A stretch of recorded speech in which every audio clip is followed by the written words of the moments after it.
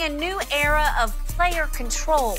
A few weeks after Anthony Davis forced a move to the Lakers, Paul George demanded a trade to the Clippers to team up with Kawhi. Both Davis and George were under contract for at least another year with their former teams, but still maneuvered their way out. Shannon, do you like this new NBA? I love it. I love it. I love the players having this kind of power because what we're seeing now, the paradigm start to shift. The players are starting to do to teams what the teams have done for so long to them. Let me ask you this, Skip. If the Clippers go to Sam Presti and say, you know what? We got 4 unprotected draft picks, a couple of swaps, and a protected draft pick for Paul George. You think Sam Presti do that deal? Without a doubt. Now, Russell Westbrook never said, I want out. But Sam Presti was willing to put him in a deal to get him up out of town. So, in other words, the teams are always going to do what's in the best interest of the team.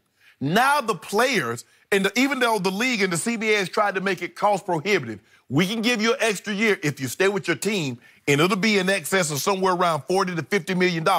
We saw Kemba, Kyrie, KD, Kawhi. We saw all these guys leave money on the table to take more of control over their careers that says, I want to go where I want to go.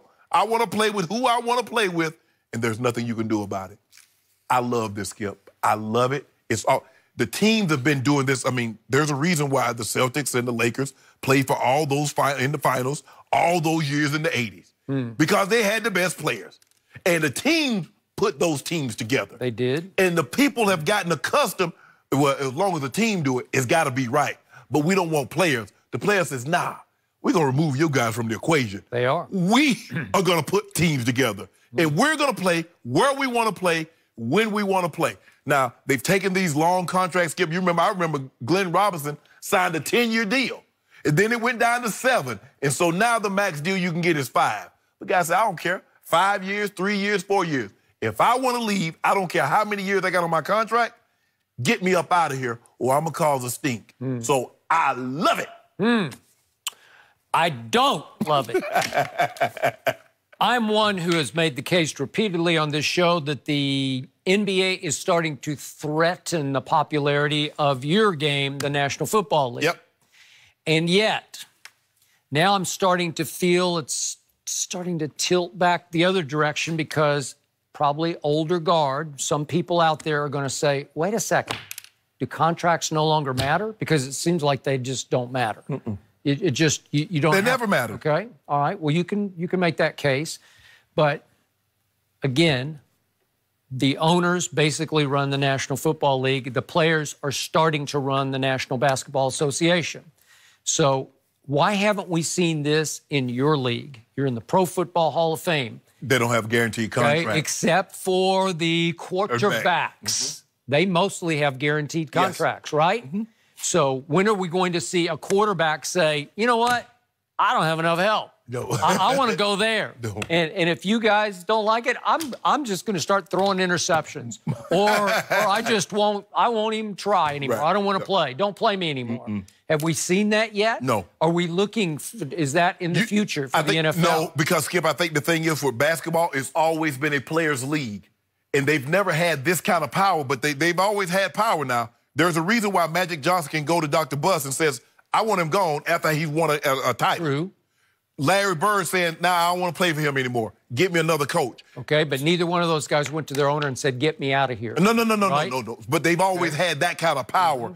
The NFL players have never had this kind of power because they've never had the guaranteed contract. Skip, when you get guaranteed money, it emboldens you. Because what you going to do? Nothing. See, in football, you act a fool, they cut you. And then what you got to show for it? It looks so good. He signed a 5-year, $115 million with $80 million guaranteed. Well, basically, you got what you signed for in the year that you played, and that's it. Cut a basketball player, and he gonna get all $171 million or all $200 million. So they have that kind of control. They have that kind of leeway. I love it, Skip Bayless, because teams have been Blake Griffin didn't ask to be traded. Clippers got it right up out of Dodge. A lot of these guys don't ask to be traded, but, well, we're doing what's best for the team. And players will say, you know what? We are a brand now. I want to do what's best for my team. And it's best for my team to get up out of here. Okay. Are we looking at chaos ensuing? Maybe. Are we looking at player after player saying, I've just had enough of this situation. I want to play with my friend so-and-so over and so-and-so. Oh, no, don't. And at some point, it's going to start hurting the brand that the NBA has built because a lot of fans aren't going to love this. I'm going to tell you what's going to happen. Don't let Giannis win a championship in the next couple of years. Oh, he about to get up out of Milwaukee. Okay, I get that one because he will have earned the right to go. So he will become a free agent. But when I go back to your game, I saw Le'Veon. He just decided, I want out, I want more money, whatever. I don't love it here anymore. And what happened to him? He lost $14.5 million just sitting, right? Because, see, Skip, you can't be free if you inhibit my ability to go somewhere else. I put a tag on you. I can franchise you. I can transition you, and then you can't leave. And basketball players, once my contract is up, you got nothing. Football always have that leverage. So you really, in baseball have, freedom like that. If Mike Trout went to Artie Moreno, the owner of the A's, the Angels, excuse me, and says, you know what? I want to leave. Now, he just signed that massive deal, $400+ million. But if he says, I want to go to the Yankees, they're going to find a way to make it happen.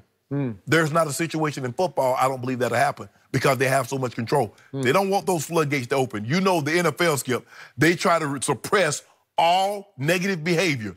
If you don't believe it, ask Cap. Okay, I got you on that. But what I don't like, what sticks in my craw and rubs me the wrong way on principle is what number 2 did to my Spurs, where he just said, I want to go to L.A., so I'm just going to quit. He was hurt. He wasn't hurt. So think of what happened. He misses 73 games and he makes $18 million. Really? Anthony Davis last year missed, 26 games? They signed him. He played in parts of 56 games and he made $25.4 million. That's New Orleans. New Orleans chose to do that. AD wanted to play. I don't know. Look at Cleveland. Okay. Look at JR. They say JR go home. Making $16 million and nobody said a word. Okay, are the smaller NBA markets going to just start drying up because they can't? Again, New Orleans rallied because they got David Griffin, then they hit the lottery, but it took hitting the lottery to rally, right? What Skip, you got to get, if you're a small market team, you're not going to attract free agents, you better hit the ping pong ball. Yeah. And what happened with Michael Jordan, he's missing more than he's hitting, and then when he hits it with Kemba, he can't keep him. Oh, as a GM. As a GM, you know what I'm saying? You can't keep him. I mean, OKC, you're not really going to get anybody. But you got KD one year, and then you got Russ the next year, and then you got James Harden, and then you get Serge Ibaka. You're like, okay, we're in the money. But you got to be able to keep them. If you can't keep them, Skip, it doesn't matter. It doesn't matter big market, large, small market, medium-sized market. It's a talent-based league. The superstars run it because Kawhi says, I want to play with Paul George. He goes to Paul George. Yep. We didn't even know they had that type of relationship. Kyrie and KD, Skip, everybody saw this coming from a mile away. He goes to Paul George and convinces Paul George to go to Sam Presti and say, get me up out of here with 3 years left. Contracts don't matter anymore. No, they shouldn't matter. They never matter to the players, the owners, because they've been trading them for years. We got to leave this one here, guys. We've got another hot button one for you to wrestle over coming up after this break. The Lakers did not get Kawhi, and is it all Magic Johnson's fault? We'll discuss that one when we come back. And I won't back down.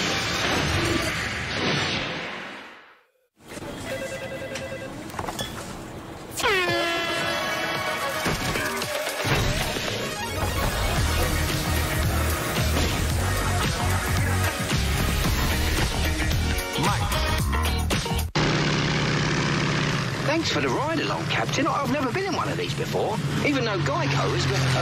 Oh, here we go.